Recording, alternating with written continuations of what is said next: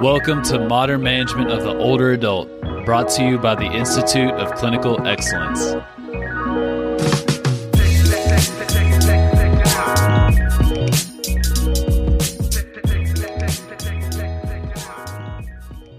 Good evening, everyone, and welcome to the Older Adult Podcast, brought to you by the Institute of Clinical Excellence. My name is Dr. Trissa Hutchinson, occupational therapist, and tonight we are going to talk about grip strength. Correlational, not causational. So I might be getting on my soapbox a little bit here, but when we talk about grip strength, this has been a hot topic in social media, Instagram, Facebook, etc. lately.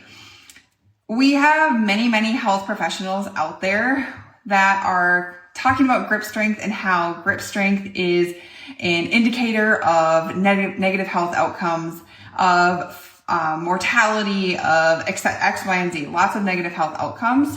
Just like we have some other healthcare professionals saying how toe strength is an indicator of falls in older adults.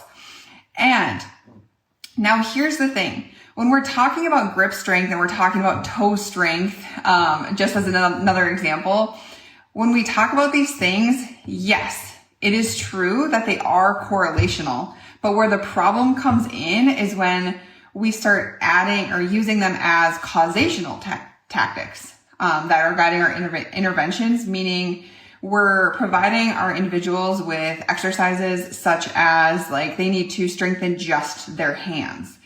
So let's back up a bit. When I'm talking about grip strength, just for clarity, when I'm testing someone's grip strength, I'm specifically referring to using a dynamometer. So this would be the position where your individual is seated with their elbow flexed to 90 degrees, and you're going to take an average of 3 trials of them squeezing their max grip. And you're going to usually test them on both sides. Again, that's the position that most of the research is going to refer to. So seated, elbow flex to 90, 3 trials, take an average of that number to get someone's grip strength with a dynamometer. Now, like I said, in social media, a hot topic right now, we have people saying, okay, an individual, if they have poor grip strength, well, that causes a negative health outcome, and they're using it causationally. And so what they're saying is that it's very important for us to strengthen our hands. And so we have people that are saying we need to do more dead hangs so that we can just strengthen our hands, or we need to do more ball squeezes, or just wrist curls and things like that. And we're applying this information incorrectly. We're misinformed because we're thinking about grip strength as an indicator or predictor or explanatory of negative health outcomes as causational versus correlational. So rather, when we dive into and we look at the research, yes, grip strength. Park et al. Came out in April of just this year and talks about how grip strength was correlated with if someone had a higher grip strength score, they had better 30-second sit-to-stands outcomes. They had lower body fat percentage. Their coordination was improved. Their endurance on a 10-meter walk test was also improved. Simultaneously, if someone had weaker grip strength, their score on 30-second sit-to-stand was worse. They had higher body fat percentage. You get the idea. So yes, it is correlated. Further, more research says if someone has a lower grip strength, that's a predictor of their lower muscle mass. And lower muscle mass and lower strength is also correlated to things like sarcopenia, osteoporosis or osteopenia, declines in someone's cognition, lower reported self-reported quality of life, and even lower scores on the mini mental state exam or their cognition. So yes, when we're looking at someone's grip strength, it's important because we're identifying that they may be at risk for all of these different diagnoses. Again, sarcopenia, osteoporosis, cognition. There's even research supporting that lower grip strength is in correlation when someone has depression. However, that is not saying that if I strengthen someone's hands, their osteoporosis is going to improve. That's not saying that if I strengthen someone's hands, I'm going to cure their depression. If I strengthen someone's hands, that their 30-second sit to stand is going to go up, or we're going to get rid of their sarcopenia. That is not where we're going. That would be considering grip strength as causational, meaning if I had weak hands, then I'm going to be at risk for all of these things. Okay, that's what that's saying. Rather, it's an indicator, meaning it's correlational. When I have weaker hands, then I'm at greater risk of lower bone mineral density. I'm likely more sedentary. I'm most likely not moving very much at all in terms of resistance training, endurance, hitting my exercise guidelines. I'm probably not eating my nutrition how I should be. I'm probably not hydrating well. I'm not hitting the recommended guidelines for overall general health.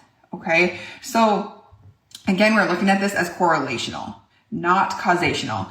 This means if I test someone's grip strength, which I do on a regular basis, almost every single one of my evals, I will test someone's grip strength because it gives me an objective understanding of where their muscle is at, of where their strength is at.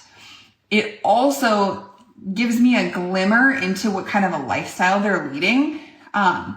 It sometimes is shocking to me because I'll have an individual come in and I make my own assessment and assumptions about an individual, and I will test their grip strength, and their grip strength may be way lower or way greater than I was originally assuming. Yes, we shouldn't make assumptions as therapists, and that's why we use these objective measures to check ourselves. Again, if someone comes into me and I do test that and I see that they have those lower scores, again, that is a reminder to me, okay, I need to start asking some lifestyle factors. I also need to see how I can get this person moving and build their robustness, build their strength more globally. I'm not just going to have someone come in and just work on their hands. Yes, occupational therapist, that goes for us too. Okay, I am calling out our own profession because we are oftentimes siloed into working on our hand, wrist, and elbow. And so we just focus on grip strength, doing our wrist flexion curls or wrist extension. Rather, are there other ways that we could impact the lives of our older adults globally in a more functional movement pattern? For example, I'm working with an individual right now. Grip strength is extremely weak. Yes, I need to work on his fine motor coordination because he's really struggling with fine motor patterns as well and functional tasks with fine motor coordination. That does not mean that I have him sit on the couch and work on his fine motor tasks. That means that he is up, he is standing at the counter, and we are working on fine motor tasks while he's standing. So he's building standing tolerance because he also has difficulty with sit to stands. He also has lower extremity strength weakness. Okay. And so I'll have him stand and do fine motor tasks. When his hands need a break, we take laps. If he's up for it, we do a loaded carry. So we're still working on some grip strength. Or if he needs to use his walker, I put weights on his walker and he does a rollator, a prowler push. And so he's still building strength and robustness, but I can add in some global strength as well as that localized strength, and I can work on both. I'm getting more bang for my buck. The same patient, when we are working on more grip strength things, rather than having him sit and play with TheraPutty and just squeeze TheraPutty, I have given him a weight that is much larger than his hand. So he has to grasp and hold on tight, working on his grip strength. He has to use a big hook grasp. And then we do functional movement patterns such as we press overhead or we do a row where he's got to hold on to that weight and he has to hold on tightly.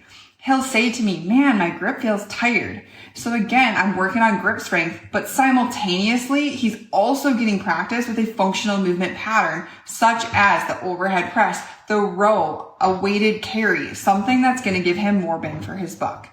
Yes, there's a time and a place where we really, really need to focus on that grip strength, but how can we impact someone's life in addition to just focusing on their hands? Because oftentimes when it comes to grip strength, our patients, when they have low grip strength, they are at risk for all of these other diagnoses all of these other negative health outcomes that we can make an impact on by just looking beyond their hands. Just look beyond their hands.